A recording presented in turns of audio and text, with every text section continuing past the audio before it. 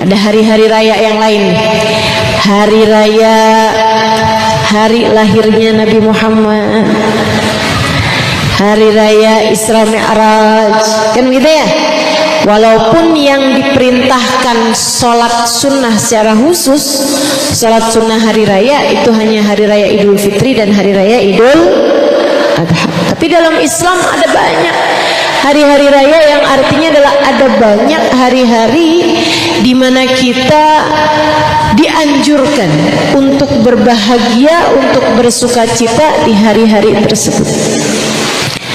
Akan tetapi sejatinya hari raya ada hari di mana saat datang kematianmu, kamu keluar dari atas muka bumi ini dalam keadaan menang, dalam keadaan juara, dalam keadaan berbekal iman Islam, dalam keadaan berbekal cinta, dalam keadaan membawa keridhaan Allah Subhanahu wa taala, dalam keadaan husnul khatimah. Itu hari raya yang sebenarnya. Dan saya berharap semoga semua yang hadir di tempat ini mendapatkan hari raya tersebut. Jangan ada sesiapapun di antaramu. Saya meminta kepada Allah dengan sepenuh ketulusan. Saya meminta kepada Allah Subhanahu wa taala, ya Allah, semua yang hadir di majelis ini, ya Allah, saat datang kematiannya, matikan semuanya dalam keadaan beriman, dalam keadaan membawa Islam, dalam keadaan membawa cinta kepadamu, dalam keadaan membawa cinta kepada Nabi Muhammad, dalam keadaan husnul khatimah. Amin ya Allah biha, ya Allah biha, ya Allah bihusnil khatimah. Sehingga sekalian yang saya muliakan, hal yang paling penting buat kita minta sama Allah, hal yang jangan sampai kamu lewatkan dalam hidupmu untuk berdoa, hal paling serius untuk kamu minta kepada Allah Subhanahu wa taala. Teman-teman saya sekalian, saya ingat dulu saya tinggal hampir 5 tahun di kota Tarim, Hadramaut, Yaman. Orang-orang di sana tuh saling berpesan dengan doa. Istaunat bidoa gitu. Istaunash bidoa. Kalau ketemu sama orang, salaman, ucap salam, kemudian mereka bilang, doain saya ya, usik bidoa.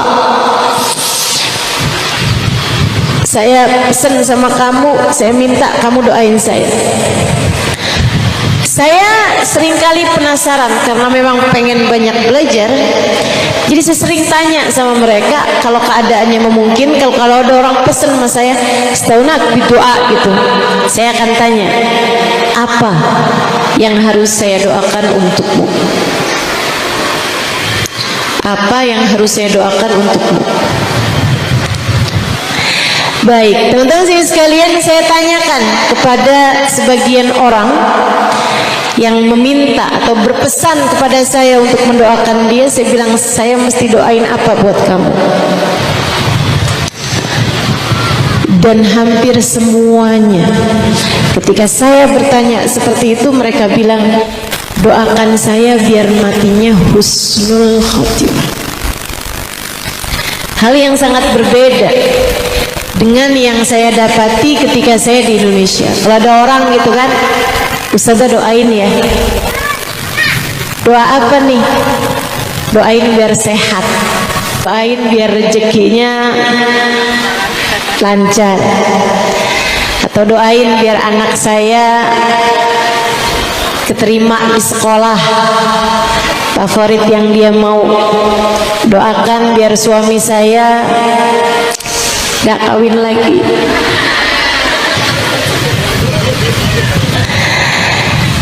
Ternyata umat Islam di negeri ini belum terlalu paham tentang apa yang prioritas untuk mereka berdoa. Buat doa, buat minta sama Allah masih harus perlu banyak belajar, teman-teman. Sebab apabila kamu hidup dikasih sehat, sebab apabila kamu hidup lancar rezekinya, jadi orang kaya, apapun yang kamu mau tersedia. Sebab jika kamu hidup punya anak-anak yang sekolahnya berhasil, sampai dengan mereka mendapatkan pekerjaan yang mapan. Sebab apabila kamu hidup di atas muka bumi, punya suami yang sayang, tak berpaling hati darimu, tidak buka cabang di mana-mana, akan tetapi di saat kamu mati dengan tidak membawa iman dan Islam, tak ada arti dari semua yang kamu miliki di atas muka bumi ini. Kalau sampai saat ajal datang menjemputmu dan iman telah keluar dari dalam hatimu, sangat berkemungkinan apapun yang kamu punya menjadi sia-sia belaka. Sangat menjadi penyesalan dalam hidupmu. Tak ada artinya, teman-teman sekalian. Tak ada artinya. Maka yuk muslimah, mukminah, saudariku sekalian, pikirkan untuk saat dimana Israel datang menjemputmu. Setiap kali keinginan-keinginan dunia begitu bergemuruh dalam hatimu, setiap kali hatimu merasa begitu cemburu, setiap kali hatimu merasa dirundung kesedihan yang luar biasa, setiap kali hatimu berambisi terhadap keinginan-keinginan duniawi,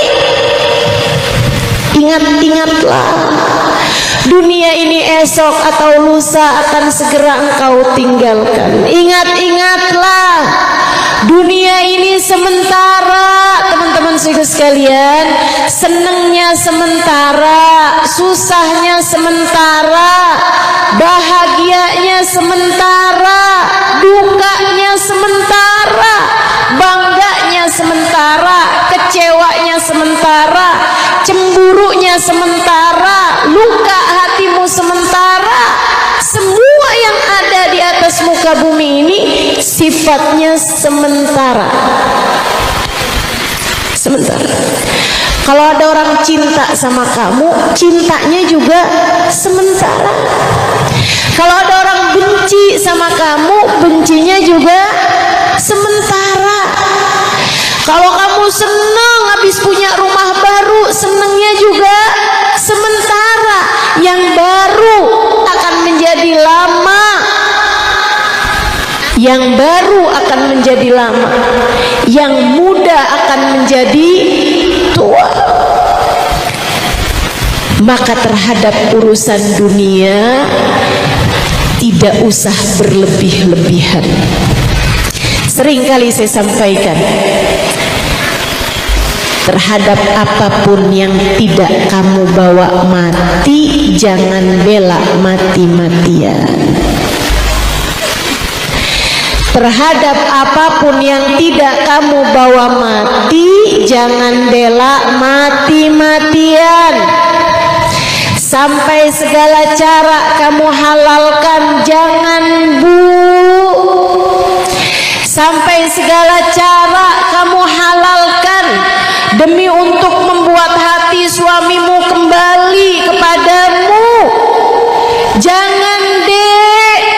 Sampai segala cara kamu halalkan untuk bisa mendapatkan cinta dari seorang laki-laki. Mohon maaf, sampai harga diri kamu gadaikan, sampai keperawanan kamu berikan. Jangan dek.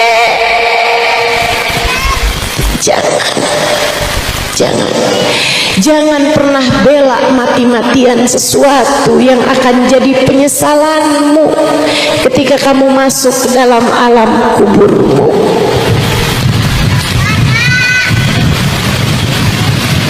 Mari belajar untuk menjadi hamba Allah yang soleha.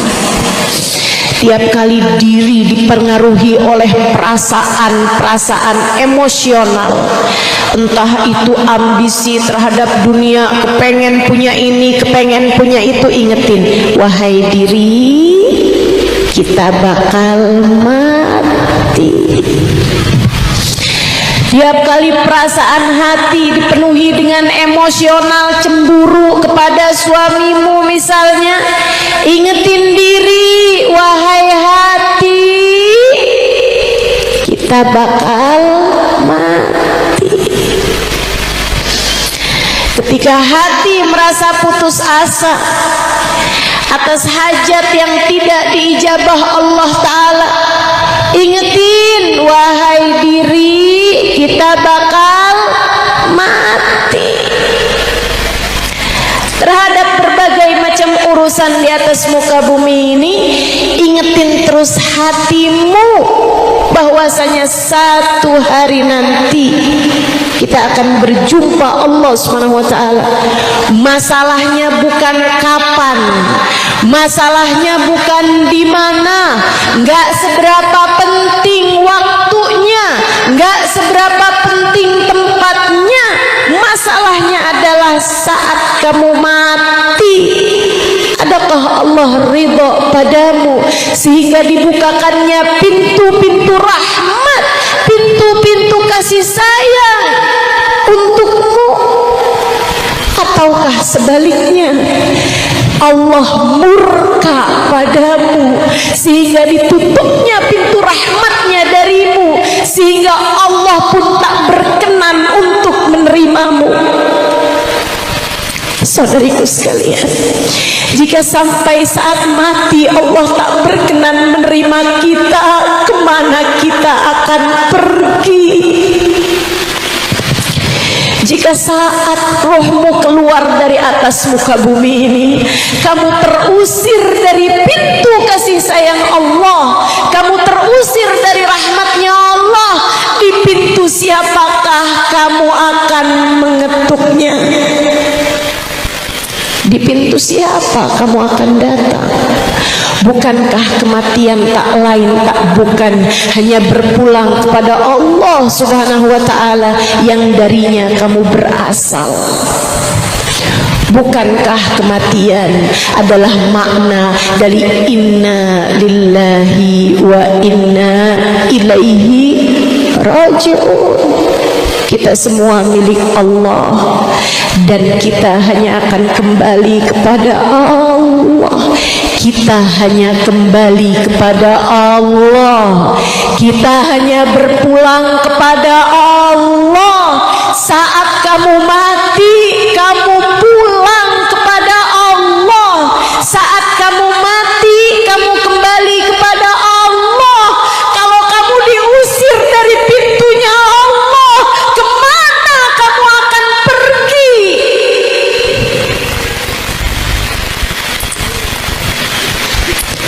Jika kita diusir dari pintunya, kemana kita akan pergi? Ibu-ibu, kakak-kakak, adik-adik, anak-anakku sayang, mari sedari sekarang kita memantaskan diri agar di saat kita pulang Allah berkenan menerima kita dengan penuh keridhaan. Mari di sisa hidup kita yang entah apakah tersisa setahun, 2 tahun, 10, 20 tahun, atau bahkan sebulan, 2 bulan, kita nggak tahu berapa sisanya.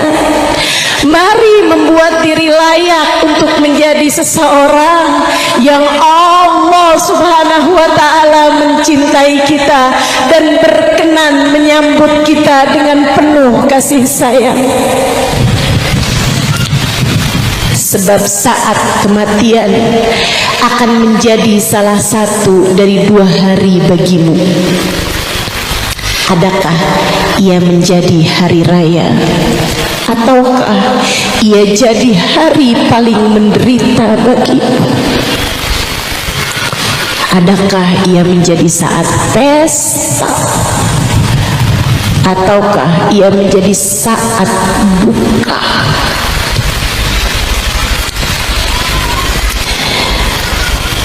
Kalau sampai kamu mati su'ul khatimah, mau minta tolong sama siapa? Kalau sampai iman tercerabut dari dalam hatimu di saat-saat kematianmu, kamu mau berharap dari siapa?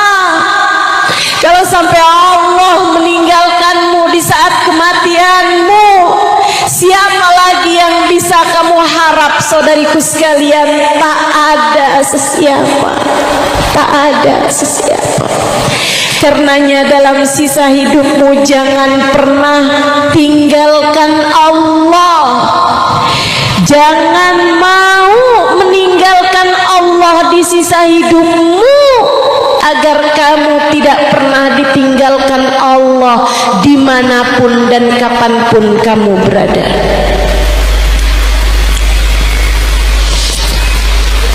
Saat kematian, saudaraku sekalian saya muliakan,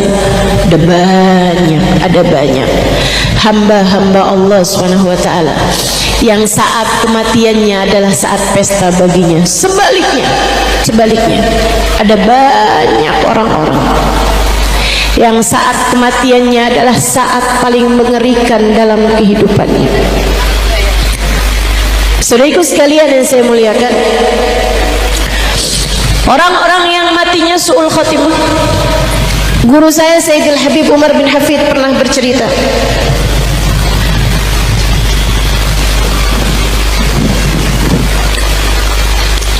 Kata beliau, ada seseorang tinggal di Madinah.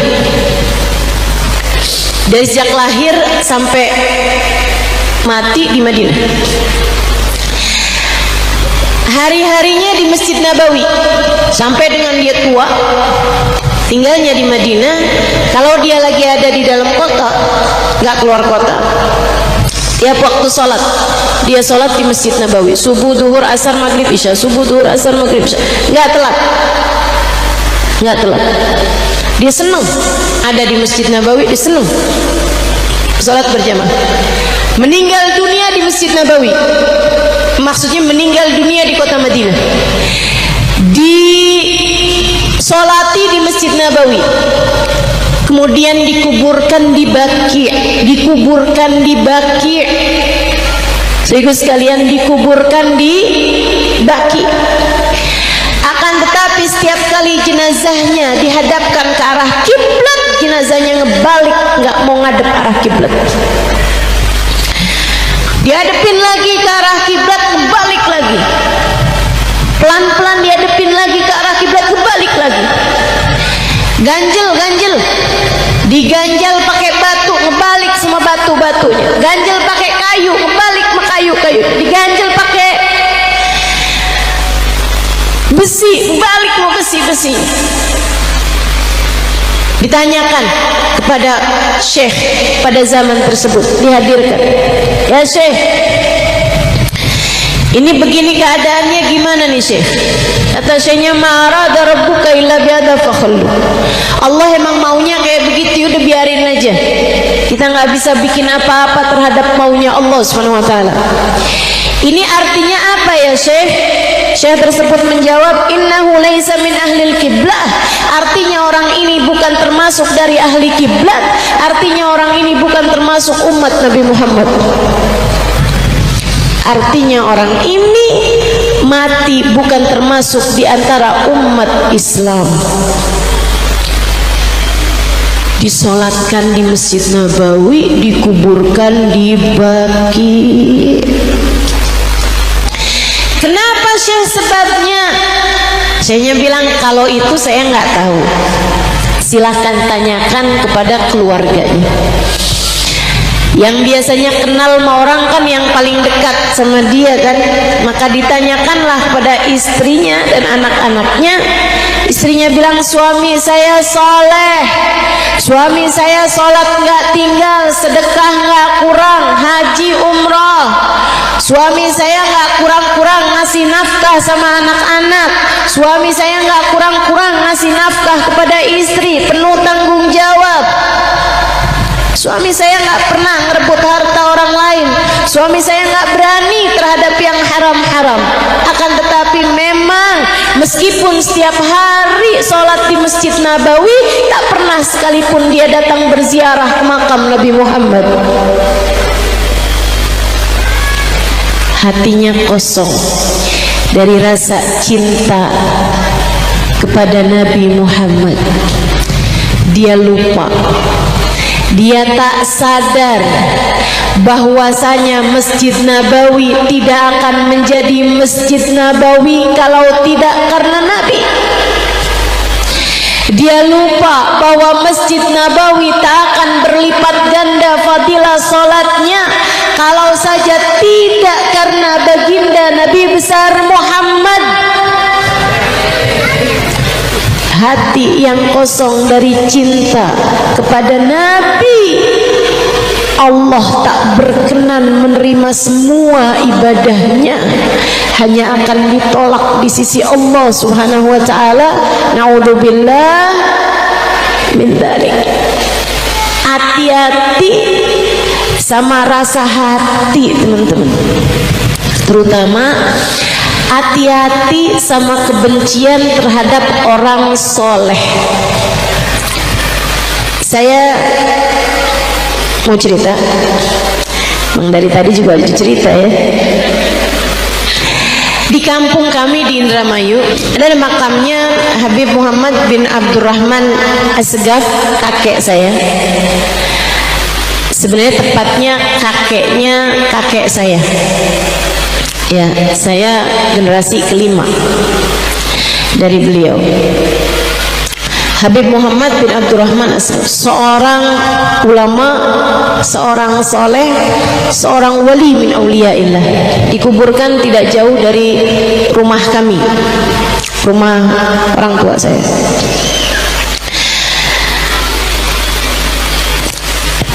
Makam beliau di masa saya kecil itu belum ada bangunannya, baru masih, seingat saya baru dipagerin aja. Yang ternyata yang magerin juga abah saya, karena kalau ada kucing lewat di atas kuburnya, kucingnya mati. Kalau ada ayam lewat di atas kuburnya, ayamnya mati besoknya. Akhirnya biar nyelamatin binatang-binatang nih, biar nggak pada mati gitu, sama abah dikasih pagar, kasih pagar, cuman pagar gitu aja, biar binatang nggak lompatin atau nggak lewat di atas kuburnya. Satu waktu masjid depan rumah, di masjid depan makam mau dilebarin, dan kalau dilebarkan itu, kalau melebarnya ke kanan itu jadi bentuknya nggak bagus gitu. Akhirnya mereka pamitan kepada abah saya dan kepada paman saya, abangnya umi saya, untuk dilebarkan ke depan, yang artinya dengan menggeser atau memindahkan makam. Jadi makam walinya mau dipindahin gitu. Makamnya Habib Muhammad bin Abdurrahman Asgaf. Mereka pun rapat memanggil abah saya dan paman saya. Mereka bilang, kita izin nih, makamnya ini mau dipindahkan ke pemakaman para habaib, karena di situ makamnya tuh sendirian juga gitu. Jadi mereka bilang mau kita pindahin aja lah makamnya dan makam di sekelilingnya. Memang ada juga makam beberapa orang yang lain gitu, tapi yang maksudnya makam yang didatengin, makam yang dianggap sebagai wali itu adalah makam beliau. Abah saya sebagaimana paman saya menjawab dengan jawaban yang sama, kami nggak berani. Urusan mawali ini bukan urusan kita, teman-teman. Wali ini kata Allah Subhanahu wa taala, wala tahsabanna alladziina qutilu fi sabilillahi amwata, bal ahya'un 'inda rabbihim yurzaqun. Janganlah kalian sangka orang yang mati di jalan Allah, nah ini baru mati syahid aja udah mulia dan gak mati di jalan Allah ini. Janganlah kalian sangka orang yang matinya di jalan Allah, para ulama, para syuhada itu mati, mereka hidup di sisi Allah dan diberi rizki. Jadi abah dan paman saya bilang kita nggak berani, kami nggak berani, kami akan istikharah dulu, biarkan yang di dalam makam memberikan jawaban mau apa enggak dipindahin. Ibu-ibu kalau nempatin satu rumah, kita rumahnya mau udah betah di situ, mau dipindahin kan nggak seenak-enak itu juga ibu. Ini apalagi waliullah, kasih Allah gitu. Ada satu orang dari pengurus di masjid tersebut gitu, dengan bahasa merendahkan, dengan bahasa meremehkan, dia bilang kayak begini, Allah udah mati ini cungkil aja beres, udah mati ini cungkil aja beres gitu, dengan isyarat tangannya tuh kayak yang meremehkan sekali ya. Kemudian meeting pun atau rapat pun selesai, gitu kan ya, dengan tetap pemikiran bahwa kita nggak berani untuk melakukannya. Kami akan beristikharah minta jawabannya. Dapat beberapa hari kemudian teman-teman, warga sekitar dihebohkan dengan keadaan si orang yang tadi ngomong kayak begitu ditemukan gantung diri di kamarnya, mati bunuh diri. Kita nggak tahu, serem. Jangan berani-berani deh sama para walinya Allah Subhanahu wa taala.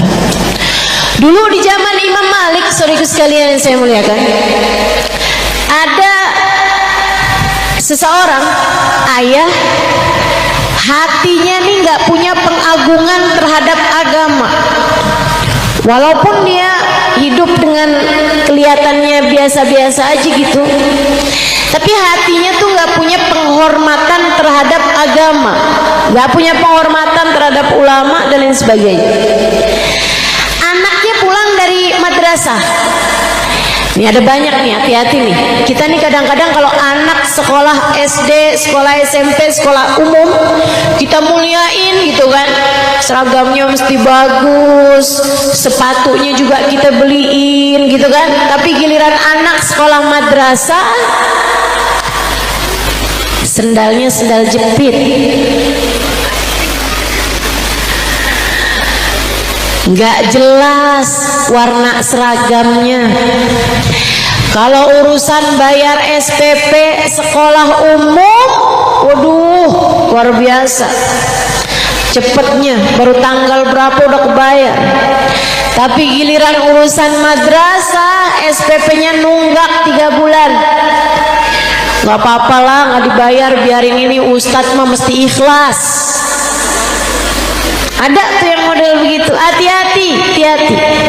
Masalahnya ada pada kamu menghormati ilmu agama seperti apa gitu. Jangan sampai nih kayak si bapak ini. Anaknya pulang madrasah dengan bangga. Anaknya bilang, abah, bah, atau bapak, tadi pak di sekolahan pak, saya dong pak diajarin sama guru untuk bersiwak, pakai kayu siwak gosok gigi pak. Katanya kalau kita pakai siwak itu pak sebelum sholat, sholatnya berlipat ganda pahalanya. Nih pak, kayunya dibagi-bagiin, kayu siwak pak. Bapaknya bilang, coba lihat sini nak, lihat sini nak.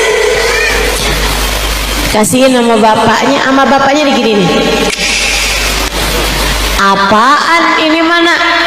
Ini nih pantasnya buat lempar anjing. Kayu beginian, ini kalau bapak dikasih nih, ini buat lempar anjing nih. Saudaraku sekalian, istrinya sedang hamil. Istrinya kemudian melahirkan pada suatu malam di rumah mereka. Anaknya lahir, mukanya kayak anjing. Dia sedih, dia kecewa, dia murka, dia muntah melihat seperti itu, kemudian dia pun ngambil pedang, dia bunuh anaknya. Dia luar biasa sakit hatinya, keselnya, marahnya.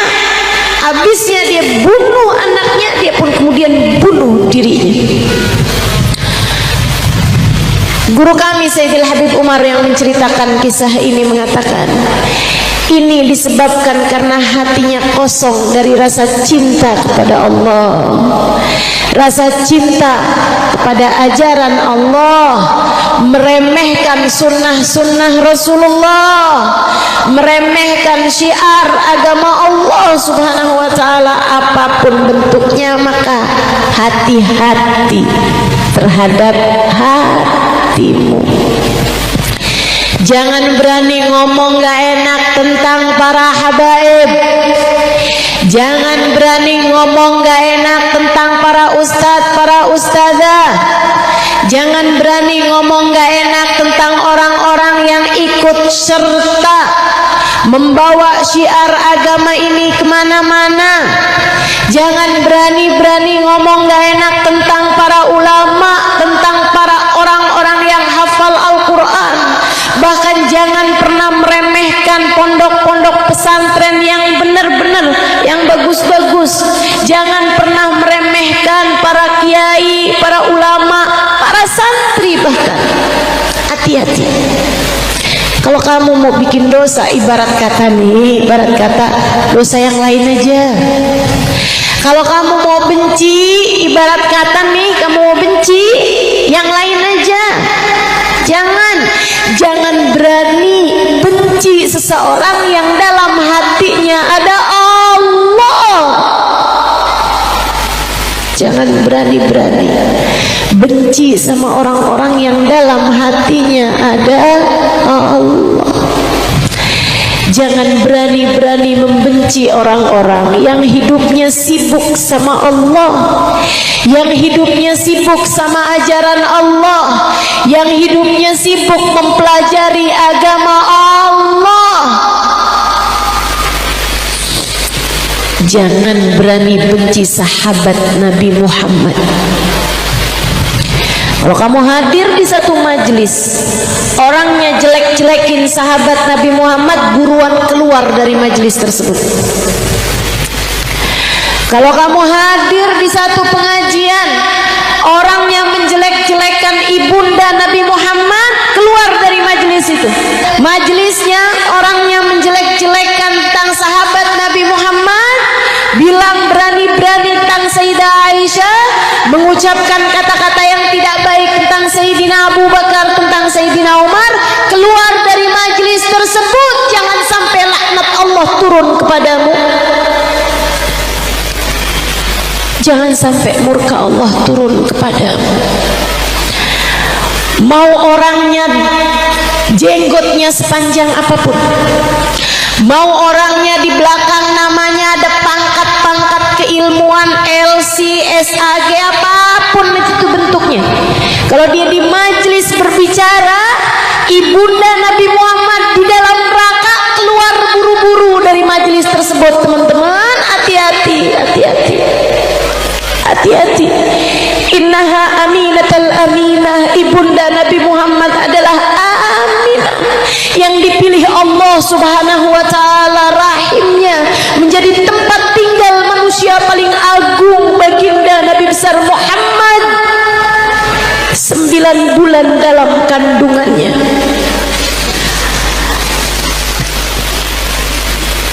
Kalau kamu mengiyakan ibunda Nabi Muhammad tempatnya di neraka, saya khawatir di hari akhirat Allah hendak membuktikannya kepadamu bahwa yang layak masuk neraka bukan ibunda Nabi, melainkan dirimu. Berhati-hatilah, hati-hati. Jangan sampai iman tergadaikan, iman terkeluar dari hatimu karena ketidakmampuanmu untuk menjaga adab kepada hamba-hamba Allah yang soleh-solehah. Semoga Allah tetapkan iman Islam di hati kita.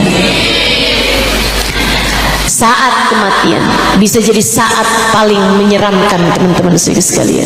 Hati-hati, hati-hati. Termasuk dosa-dosa kita. Taubatilah dosa, meski semenyenangkan apapun.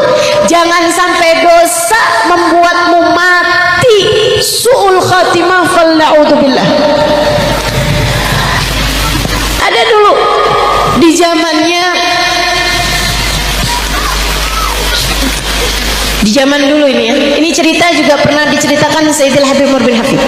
Ada seorang pemuda, ada seorang pemudi perempuan, ya. Ada seorang perempuan lewat di sebuah jalanan.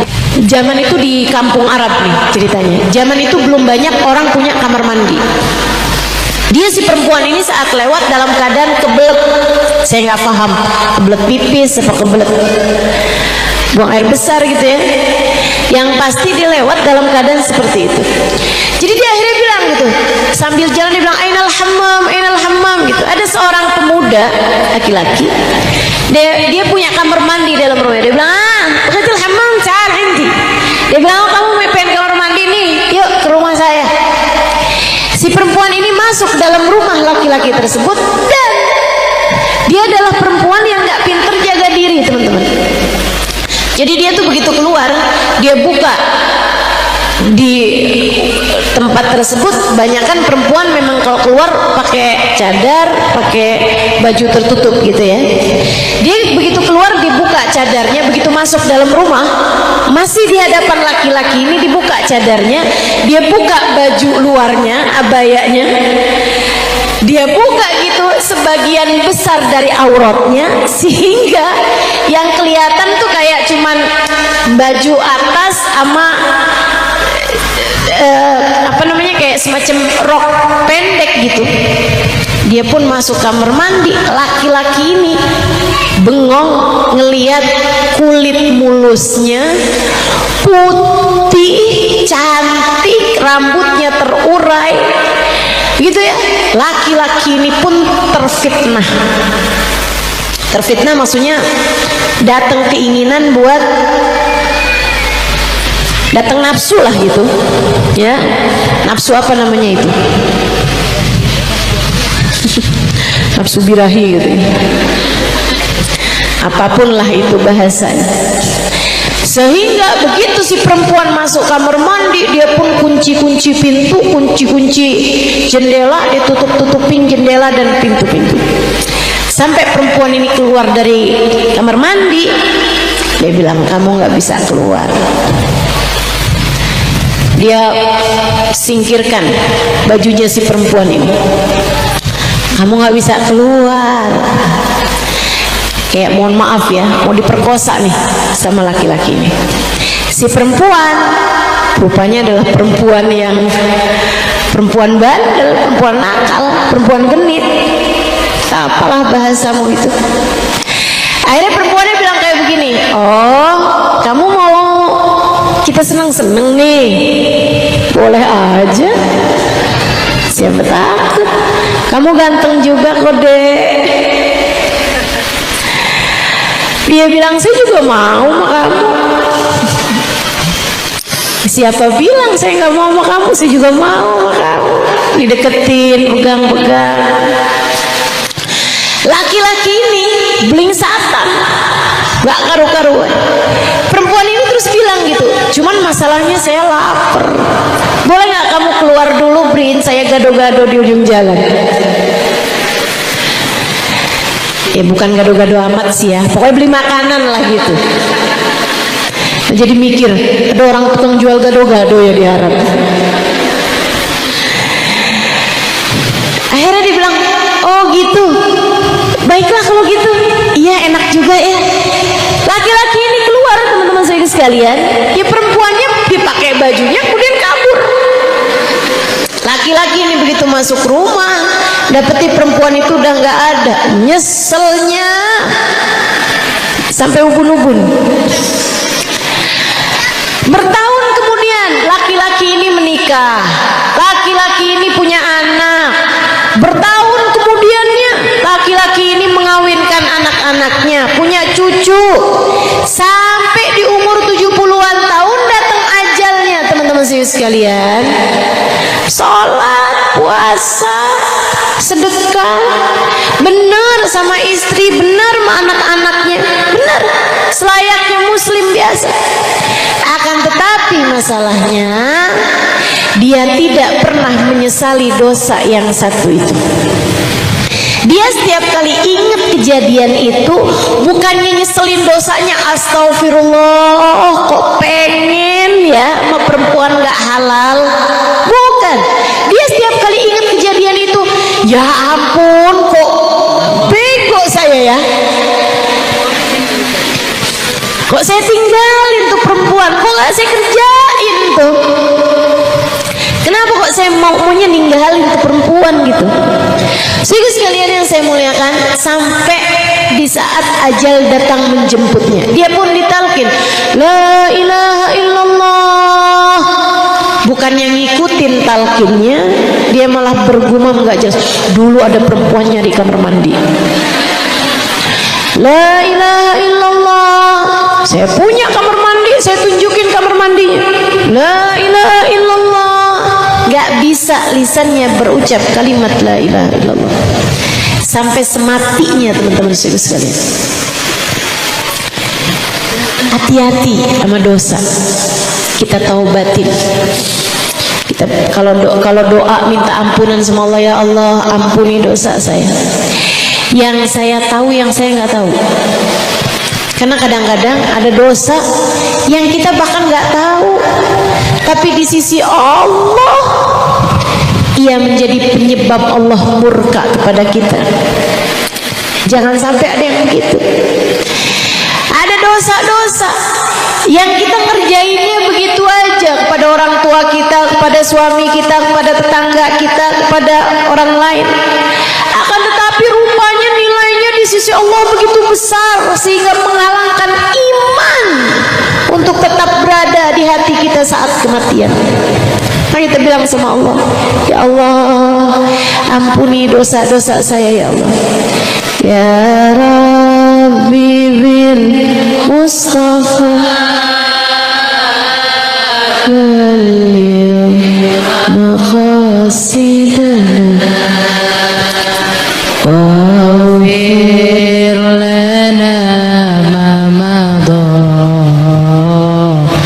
ya wasi'al karami Maula salli wa sallim daiman abadan ala habibika khairil khalqi kullihim.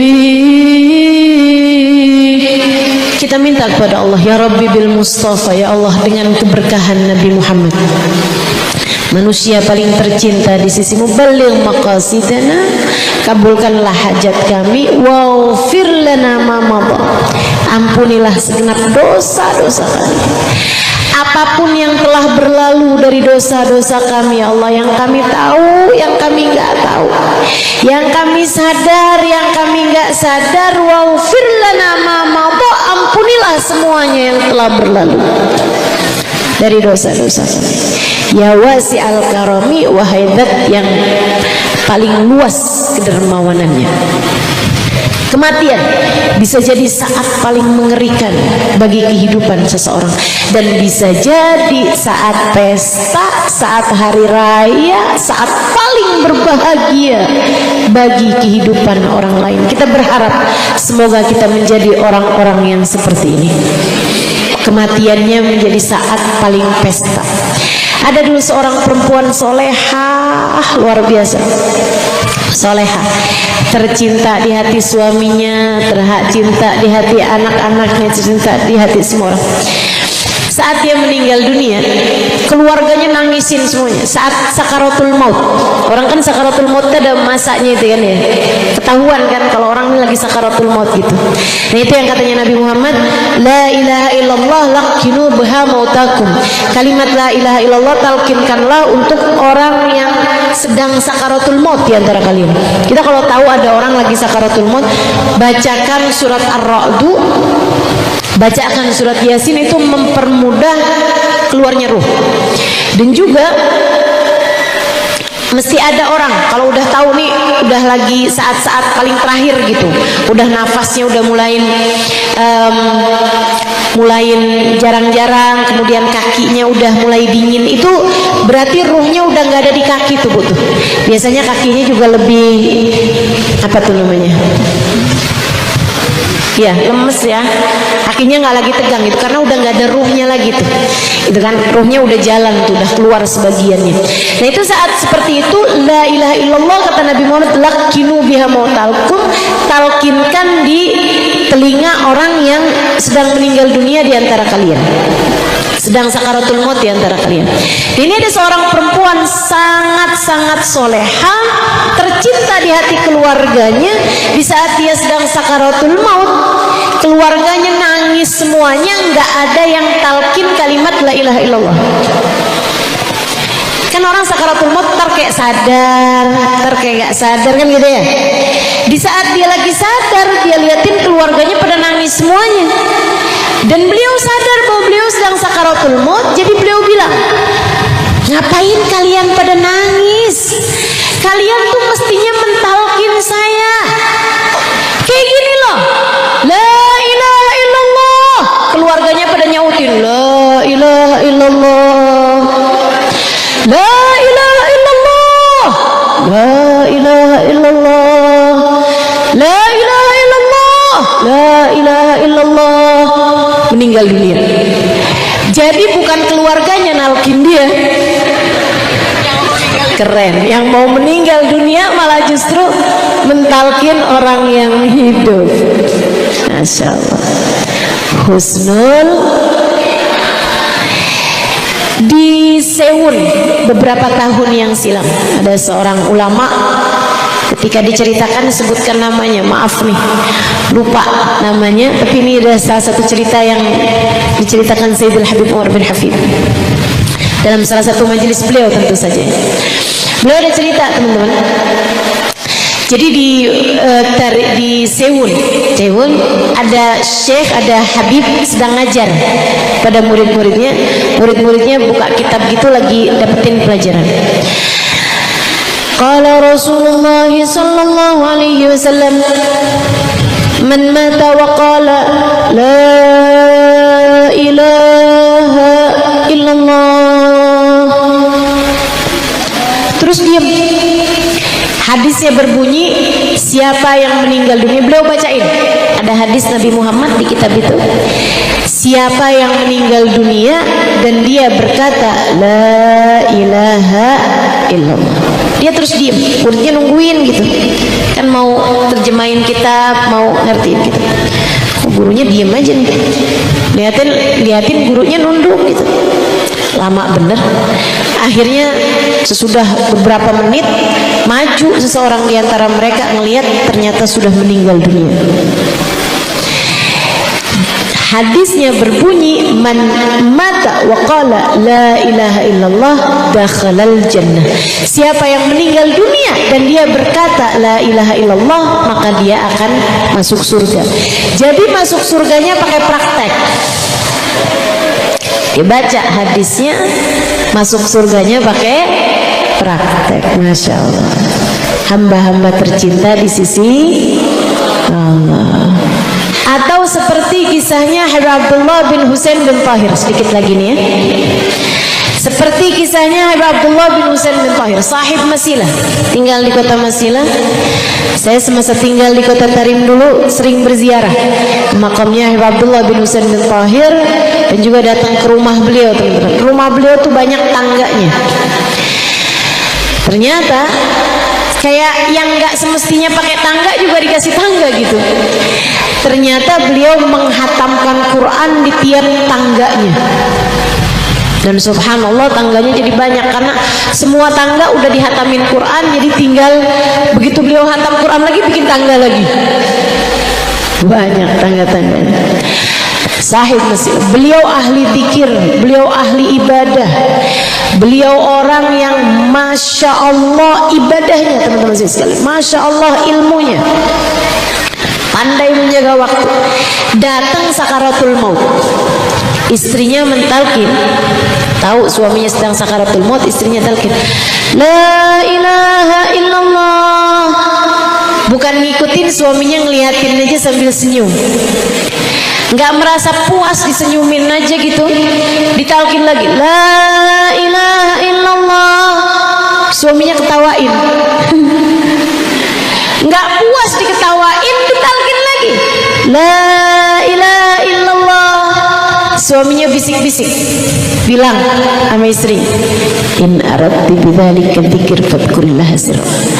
Kalau kamu mau zikir pelan-pelan aja, jangan teriak-teriak di telinga saya. Fa in aradti an tulaqinini faqad ikhtalatat la ilaha illallah bilahmi wa dami. Namun jika tujuanmu mau mentalkin saya, nggak usah repot-repot. Kalimat la ilaha illallah telah menyatu bersama darah dan dagingku. Masya Allah.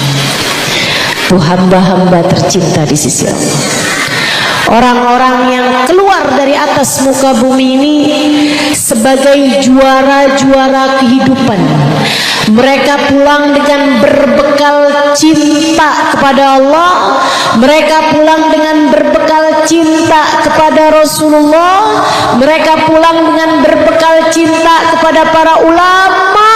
Mereka pulang dengan berbekal cinta kepada agama Allah Subhanahu wa ta'ala.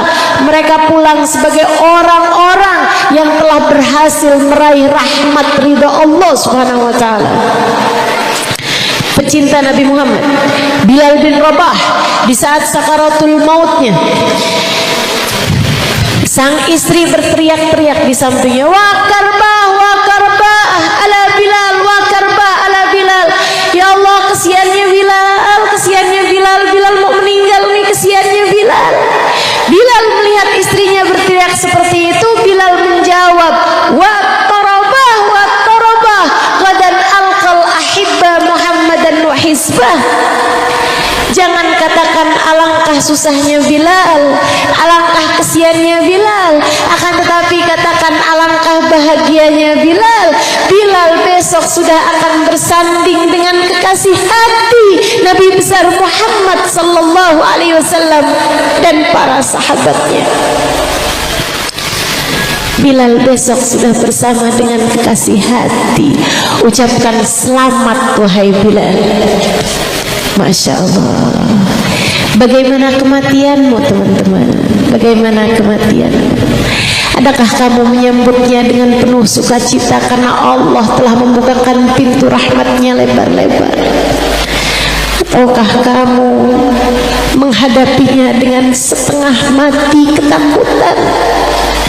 Karena Allah telah menutup rapat-rapat pintu rahmatnya darimu. Kabarnya orang di saat mulai sakaratul maut, di saat nyawanya sampai di tenggorokan, dibukakan pintu langit sehingga dia tahu tempat kembalinya, adakah ke surga ataukah ke neraka.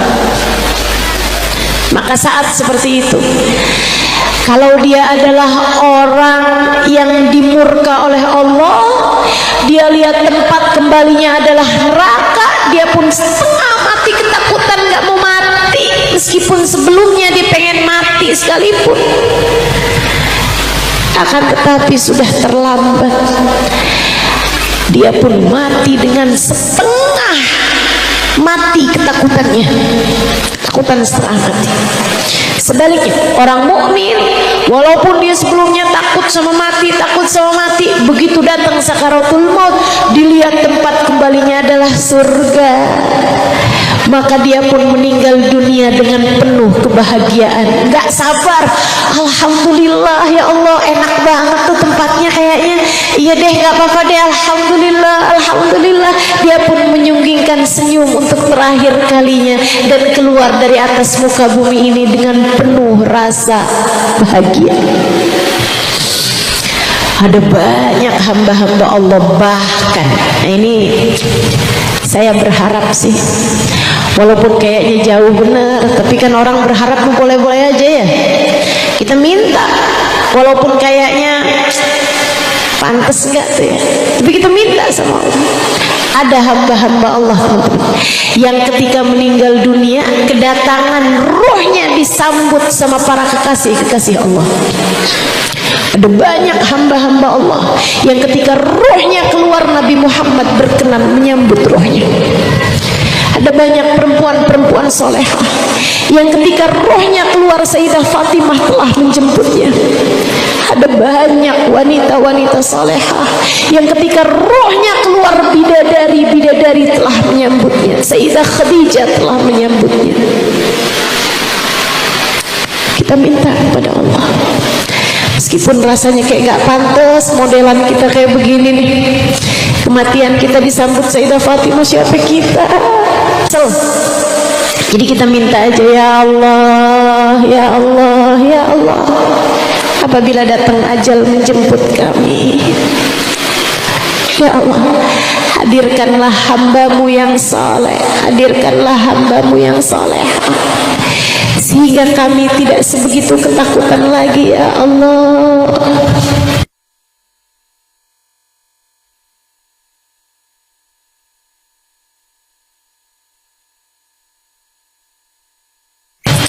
Hadirkan Sayyidah Fatimah, hadirkan Nabi Muhammad, hadirkan Nabi Muhammad, ya Allah. Gimana caranya menuju kematian yang indah? Gimana caranya biar kematian kita adalah jadi hari raya paling menyenangkan dalam hidup kita? Satu, taubatin semua dosa. Sebab seperti yang tadi saya sampaikan, dosa tuh bisa jadi penghalang kita mati husnul khotimah. Kemudian yang keduanya, kerjakanlah kebaikan-kebaikan secara istiqomah, terus saja. Sebab kama ta'ish tamut, sebagaimana kamu hidup seperti itu pula lah kamu akan mati. Kalau kamu hidup dengan ilmu, kamu hidup dengan menuntut ilmu, kamu senang mendengarkan kajian-kajian, sangat mungkin kamu meninggal dunia juga dalam keadaan menuntut ilmu. Dan orang kalau meninggal dunia dalam keadaan menuntut ilmu, laisa baini wa bainahu illa darajatun nubuwah. Kata Nabi, orang meninggal dunia dalam keadaan menuntut ilmu, dia akan berkumpul denganku, hanya saja aku Nabi, dia bukan.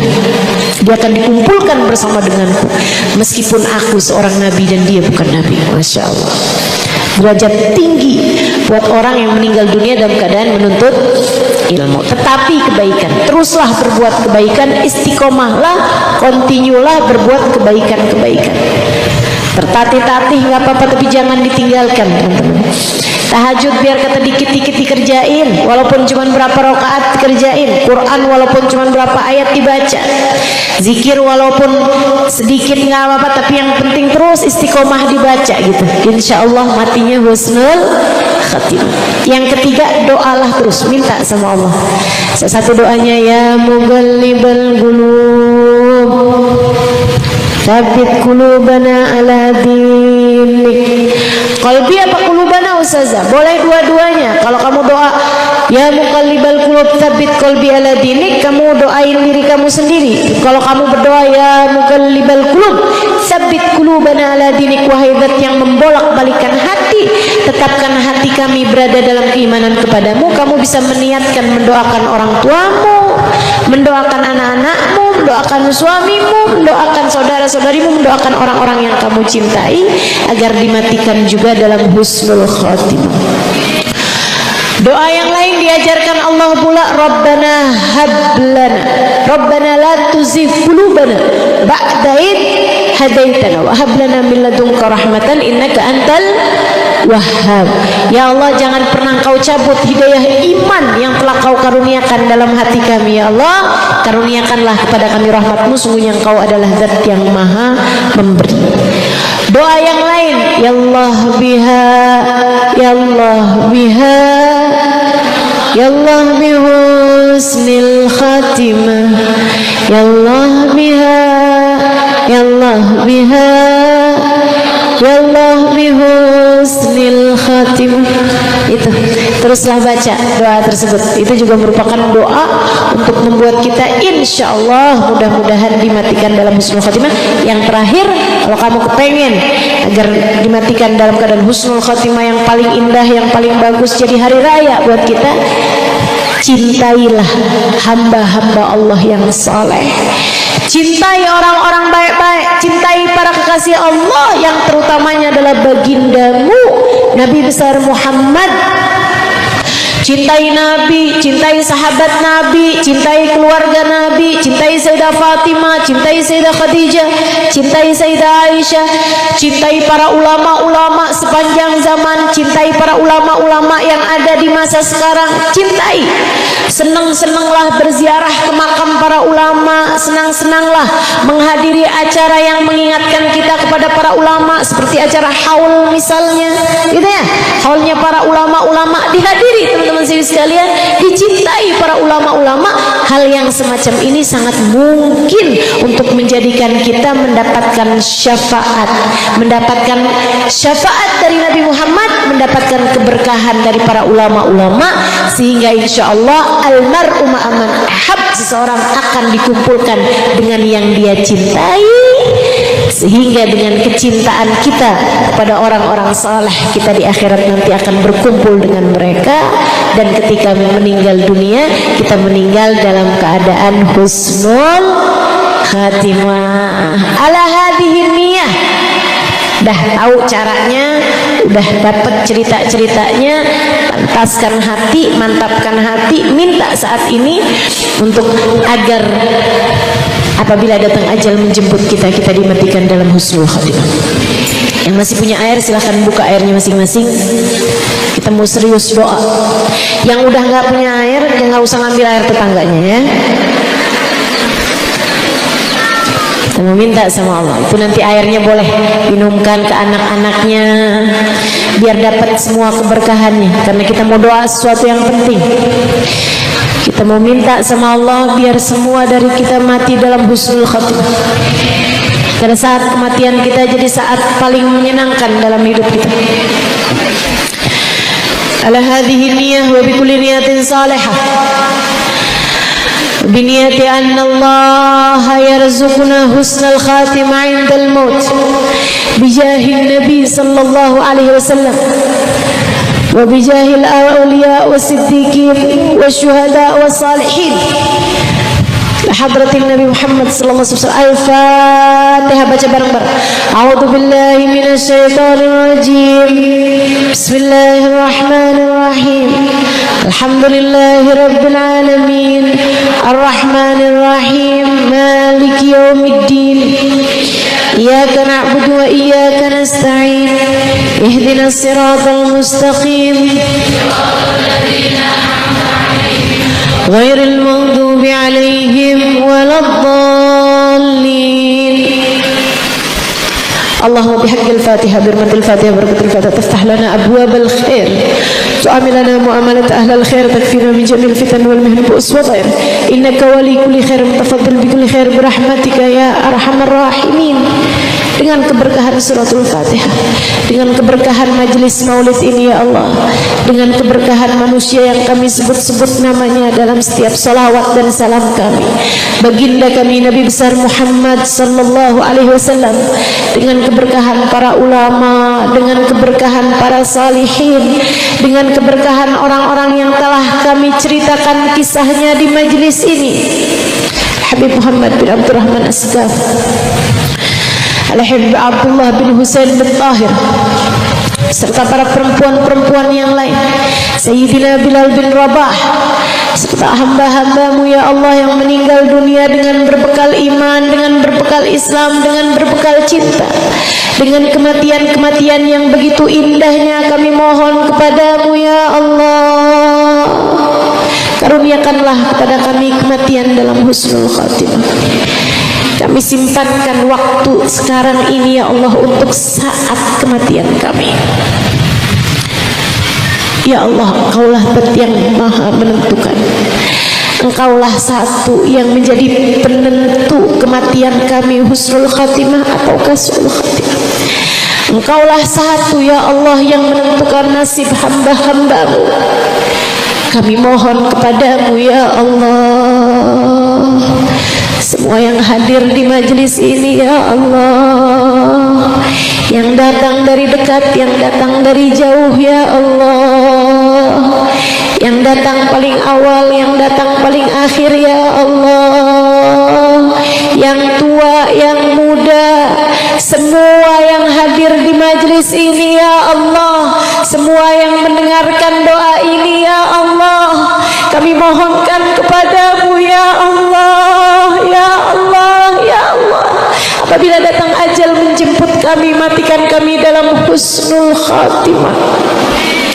Jangan ada siapapun di antara kami yang Kau cabut imannya ya Allah. Jangan ada di antara kami orang yang matinya enggak bawa iman ya Allah. Jangan ada siapapun di antara kami yang Kau tutup pintu rahmat-Mu darinya ya Allah. Jangan ada siapapun di antara kami yang terusir dari pintu keridhaan-Mu ya Allah. Di saat ajal datang menjemputnya ya Allah, kami semua apabila datang ajal menjemput kami, bukakanlah pintu rahmat-Mu lebar-lebar. Terimalah kami ya Allah, terimalah kami ya Allah, terimalah kami ya Allah. Kami pun berdoa yang sama untuk dua orang tua kami. Kami pun berdoa yang sama untuk anak-anak kami. Kami pun berdoa yang sama untuk suami kami. Kami berdoa yang sama untuk saudara-saudari kami, sahabat-sahabat kami, semua orang yang telah berbuat baik pada kami. Apabila datang ajal menjemput kami, matikan kami dalam husnul khatimah. Bukakanlah pintu rahmat-Mu lebar-lebar untuk kami ya Allah.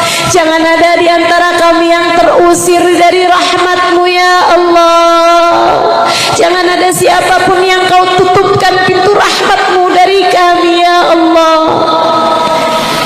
Terimalah kami sebagai hamba-Mu ya Allah. Tetapkan iman dan Islam di dalam hati kami ya Allah. Saat ajal datang menjemput kami, jadikanlah kalimat terakhir yang keluar dari lisan kami adalah kalimat La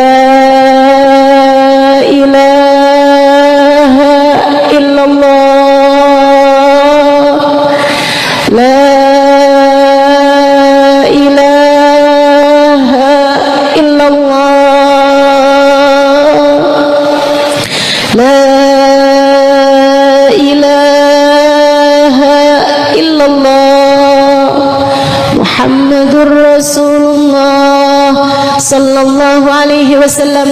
Ya Allah, apabila ada seseorang di antara kami yang dosa menghalanginya dalam husnul khatimah, apabila ada seseorang di antara kami yang dosanya terlampau besar sehingga menghalangkannya dari husnul khatimah, apabila ada seorang di antara kami yang terlanjur Engkau murka sehingga apabila datang ajal menjemputnya ia mati dalam su'ul khatimah, kami mohon padamu ya Allah, saat ini juga ampunilah dosa-dosanya.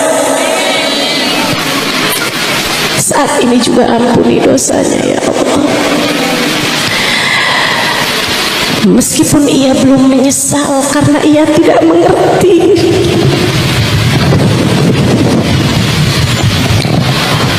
meskipun ia belum menyesal karena ia tidak cukup mengerti, ampunilah dosanya ya Allah.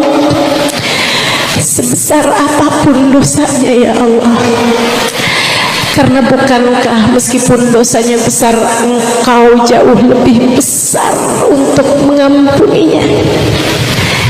Meskipun dosanya besar, bukankah ampunan-Mu jauh lebih besar? Ampunilah saja dosanya ya Allah. Dan saat ini juga tetapkanlah kematiannya dalam husnul khatimah. Saat ini juga ya Allah, dengan berkat Nabi Muhammad, dengan berkat hamba-hambamu yang saleh-salehah, dengan berkah Habibana Ali Al-Habsyi sahibul maulid, ampunilah dosanya ya Allah. Karuniakanlah seindah-indah kematian bagi kami semuanya ya Allah. Karuniakanlah seindah-indah kematian bagi kami semua ya Allah. Di akhirat nanti ya Allah, selamatkanlah kami ya Allah. Masukkan kami ke dalam surgamu tanpa hisab, tanpa adab. Kumpulkan kami di belakang Nabi Muhammad ya Allah. Izinkan semua yang hadir di tempat ini matanya kelak memandang wajah Nabi Muhammad di padang mahsyar nanti ya Allah. Jangan ada yang terhalang dari memandang wajah Nabi Muhammad. Jangan ada yang terhalang dari memandang wajah Sayyidah Fatimah Zahra. Jangan ada yang terhalang dari memandang wajah Sayyidah Khadijatul Kubra. Jangan ada yang terhalang dari memandang wajah Sayyidah Aisyatul Ridha. Kumpulkan kami dengan orang-orang yang saleh ya Allah. Kumpulkan kami di belakang para ulama ya Allah. Kumpulkan kami di belakang para habaib. Kumpulkan kami di belakang hamba-hamba yang tercinta di sisimu ya Allah. Ya Allah, ya Allah. Inilah hajat-hajat kami haturkan kepadamu. Semua yang hadir di tempat ini berkahilah ya Allah. Mudahkanlah yang sedang sulit di antara kami. Lapangkanlah yang sedang sempit di antara kami. Sehatkanlah yang sedang sakit di antara kami. Rabbana taqabbal minna innaka antas samiul alim. Tub alaina innaka antat tawwabur rahim. Bifadli subhana rabbika rabbil izzati amma yasifun wa salamun alal mursalin walhamdulillahi rabbil alamin. Taqabbalallah minna wa minkum taqabbal ya karim. Mudah-mudahan bermanfaat. Kurang lebihnya mohon maaf. Billahi taufiq wal hidayah wal afu minkum. Assalamualaikum warahmatullahi wabarakatuh. Karenanya juga saya sarankan untukmu yang sedang dalam kesusahan, anak-anakmu belum dapat hidayah dari Allah sehingga sholatnya masih berantakan atau masih tenggelam dalam dosa. Saya kesian sama ibu-ibu yang anaknya masih belum dalam jalan hidayah Allah SWT. Cobain bu buat tagih doanya Nabi Muhammad untukmu dan untuk anak-anakmu. Alhamdulillah. Wassalatu wassalamu ala Rasulillah Muhammad ibn Abdullah wa ala alihi wa sahbihi wa man walah. Subhanaka la ilma lana illa ma 'allamtana innaka antal alimul hakim. Rabbi shrah li sadri wa yassir li amri wahlul 'uqdatan min lisani yafqahu qawli. Amma ba'du. Mukjizat doa ini yang akan kita bahas pada hari ini. Doa ibadah yang luar biasa. Kita harus banyak-banyak berdoa. Saya sering bilang, jangan jadikan doamu hanya sekedar, sebab doa adalah semua yang kamu perlukan. Jangan cuman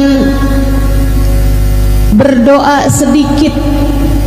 Kamu justru sebaiknya sedikit-sedikit berdoa. Dikit-dikit doa, dikit-dikit doa. Itu yang seharusnya kita lakukan. Mencontoh manusia paling agung, baginda kita Nabi besar Muhammad. Nabi itu selalu berdoa. Nabi sering berdoa. Mohon maaf sebelum saya lanjutkan, kakak-kakak yang berdiri ini mau memastikan untuk tidak foto, tidak video. Betul ya? Sekarang gini aja, semua yang hadir nggak usah pakai dijagain, insya Allah nggak foto nggak video, betul? Betul, sepakat semuanya? Nah, jadi kakaknya biar nggak pada capek boleh duduk. Oke, ya. Silahkan duduk. Tahu-tahu pas habis selesai kajian nggak bisa jalan, pada kaku karena berdiri kelamaan. Baik ya. Saudariku sekalian yang saya muliakan, Nabi Muhammad tuh begitu, selalu berdoa. Nabi Muhammad diam-diam berdoa. Nabi Muhammad berdoa dalam diam dan diam-diam berdoa. Nabi Muhammad banyak doanya sebab beliau sedikit-sedikit berdoa. Ngelihat orang soleh ibadah, Nabi Muhammad doa, ya Allah terimalah ibadahnya. Melihat orang yang ahli maksiat, Nabi Muhammad berdoa, ya Allah karuniakanlah taubat padanya. Nabi Muhammad pernah kecurian sendal. Jadi rupanya maling sendal itu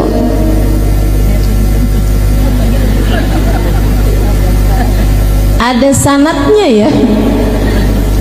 Tapi kalau ngambil sanad tuh yang bagus-bagus aja gitu. Maling sendal, Nabi kehilangan sandalnya di suatu tempat. Begitu tahu sandalnya hilang, dan teman-teman, Nabi itu nggak kayak kita punya beberapa pasang sendal. Sendal ke pasar lain, betul? Sendal ke pasar ikan lain, sendal rumah lain, sendal jalan-jalan lain, sendal kondangan lain. Begitu? Nabi nggak gitu. Nabi hanya punya sepasang sendal. Kalau hilang artinya Nabi Muhammad nggak lagi punya sendal. Tahu gitu kok sendalnya Nabi hilang. Begitu Nabi Muhammad menyadari, tahu bahwa sandalnya hilang, beliau berdoa, ya Allah, jika yang mengambil sandal saya adalah orang yang enggak punya sandal, berkahilah sandal saya pada kakinya. Doain Nabi. Kalau yang ngambil orang miskin nih yang nggak punya sendal, ya Allah biarin pas tuh sendal sama kakinya, bikin awet jadi berkah terus. Ya Allah, jika yang ngambil sendal saya adalah orang yang punya sandal, orang yang mampu, yang bahkan mungkin sandalnya lebih banyak daripada sandalnya Nabi, ya Allah jadikanlah ini dosa terakhir yang dia lakukan, karuniakanlah taubat kepadanya. Nabi kita Muhammad sallallahu alaihi wasallam doa, terus doa. Lihat apa aja doa. Lihat anak kecil didoain, lihat orang tua didoain. Doa buat istrinya didoain, buat sahabatnya didoain, buat umatnya didoain. Kita ini adalah keberkahan dari doa orang-orang terdahulu kepada kita. Satu waktu Sayyidah Aisyah melakukan sesuatu hal yang bikin senang Nabi Muhammad. Nabi senang. Kemudian Nabi Muhammad mendoakan Sayyidah Aisyah, Allahumma ighfir li Aisyah ma qaddamat ma akharat ma alanat ma asarat ma alimat ma lam ta'lam. Ya Allah, ampunilah Aisyah ya Allah, dosa-dosanya yang dulu-dulu ataupun yang baru-baru. Ya Allah, ampuni Aisyah ya Allah, dosanya yang dia lakukan sendirian, diem-dieman, atau yang dia lakukan terang-terangan. Ampuni Aisyah ya Allah, dosanya yang dia tahu ataupun yang dia nggak tahu. Sayyidah Aisyah dengar didoain kayak begitu, senengnya luar biasa sampai semburat merah keluar di pipi beliau. Senyum-senyum Sayyidah Aisyah. Nabi Muhammad tanya, "Farihti bidu'ai ya Aisyah? Kamu senang karena mendengar doaku ini wahai Aisyah?" "Bala ya Rasulullah, hadzal yaum id indi." Betul wahai Rasul, ini hari kayak lebaran buat saya.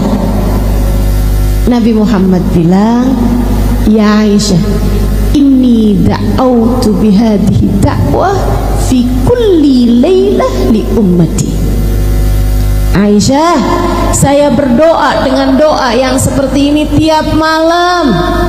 Tiap malam, sesudah panjang solat Nabi Muhammad, sesudah panjang berdiri Nabi Muhammad, sesudah panjang sujud Nabi Muhammad membenamkan dirinya dalam doa. Ya Allah, ampunilah, ampunilah, ampunilah. Buat siapa wahai Rasul? Li ummati, untuk umatku. Untuk umat kita nih, umatnya. Keberkahan doa-doanya Nabi Muhammad. Jadi kalau kamu lagi susah, tahu-tahu dikasih kemudahan, kamu pikir karena saya adalah istri yang solehah.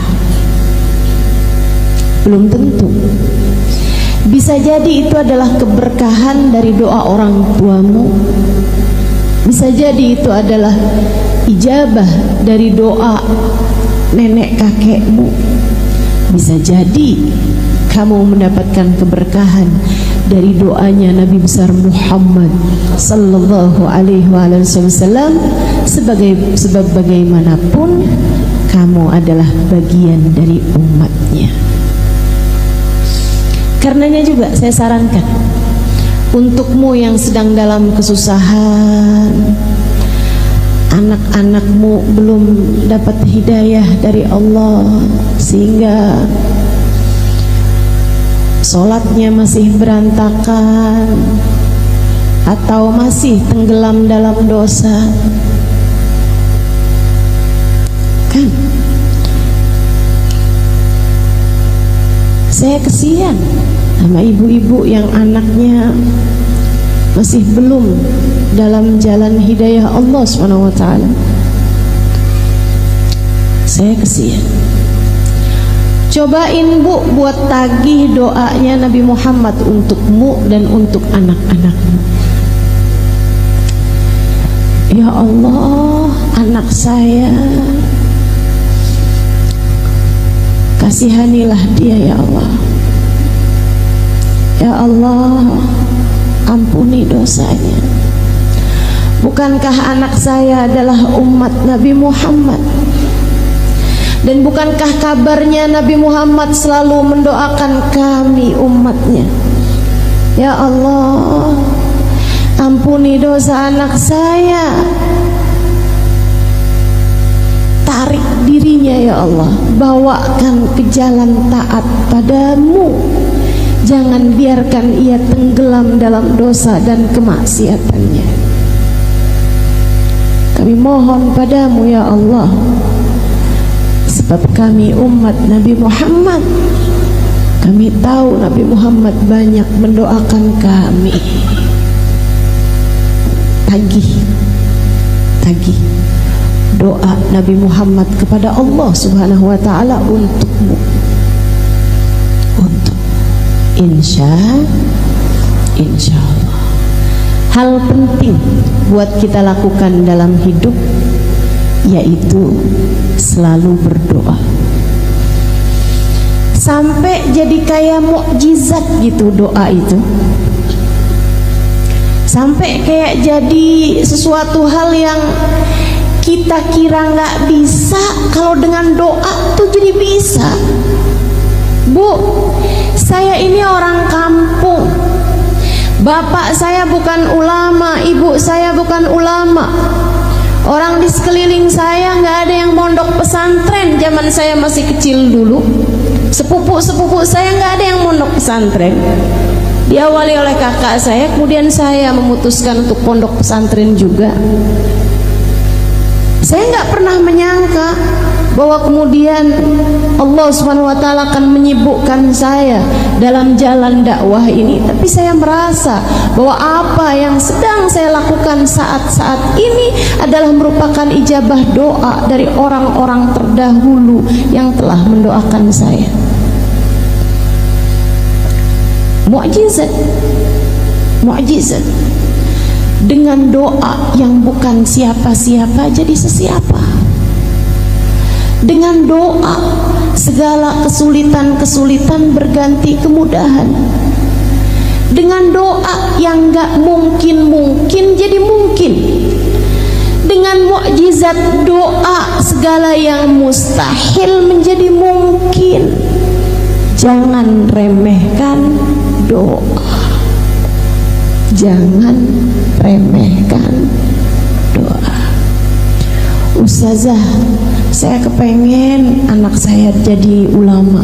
Doa.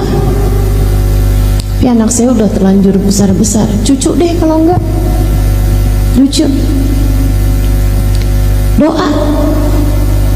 Doa aja terus. Kita nggak pernah tahu, teman-teman, bagaimana doa akan mengubah yang mustahil menjadi mungkin. Kita nggak pernah tahu. Kenapa bisa begitu, Ustazah? Karena ketika kamu berdoa, kamu berurusan dengan yang memiliki kendali terhadap semesta. Remote-nya semesta ini Allah Subhanahu wa taala yang pegang. Innama amruhu idza arada syai'an ay yaqula lahu kun. Sungguhnya urusan Allah Subhanahu wa taala apabila menghendaki segala sesuatu tinggal berkata jadilah, maka jadilah sesuatu tersebut. Buat orang mungkin kayak mustahil, tapi buat Allah apa sih yang mustahil? Semuanya jadi mungkin. Karenanya jangan berhenti berdoa dan jangan remehkan doa, sebab itu adalah sumber kekuatanmu yang sesungguhnya. Saya ulangi, doa adalah sumber kekuatanmu yang sesungguhnya. Maka jangan remehkan doamu dan jangan jauh-jauh dari doa. Doa terus, doa terus. Jangan sedikit berdoa, akan tetapi kamu seharusnya sedikit-sedikit berdoa. Insya Allah. Urusan ijabahnya itu insya Allah. Man wufiqa lid-du'a lam yuhramul ijabah, kata Sayyidina Ali. Siapa yang ditakdirkan berdoa, Allah akan berikan kepadanya ijabahnya. Sebab meskipun berdoa itu kayak saya kepengen, saya mau minta sama Allah, saya mau doa sama Allah, kayak kamu gitu yang menghendaki, pada kenyataannya hanya yang dikehendaki Allah untuk berdoa, dia yang akan berdoa. Kita lihatnya kayak kita yang maju duluan baru Allah ijabah, padahal sebenarnya undangannya udah dikasih duluan. Padahal sebenarnya Allah Subhanahu wa taala menghendaki, maka Allah Subhanahu wa taala menjadikan hamba-hamba yang diinginkan dekat dengannya, dialah yang kemudian akan menyibukkan dirinya dengan berdoa. Makanya ayat tentang doa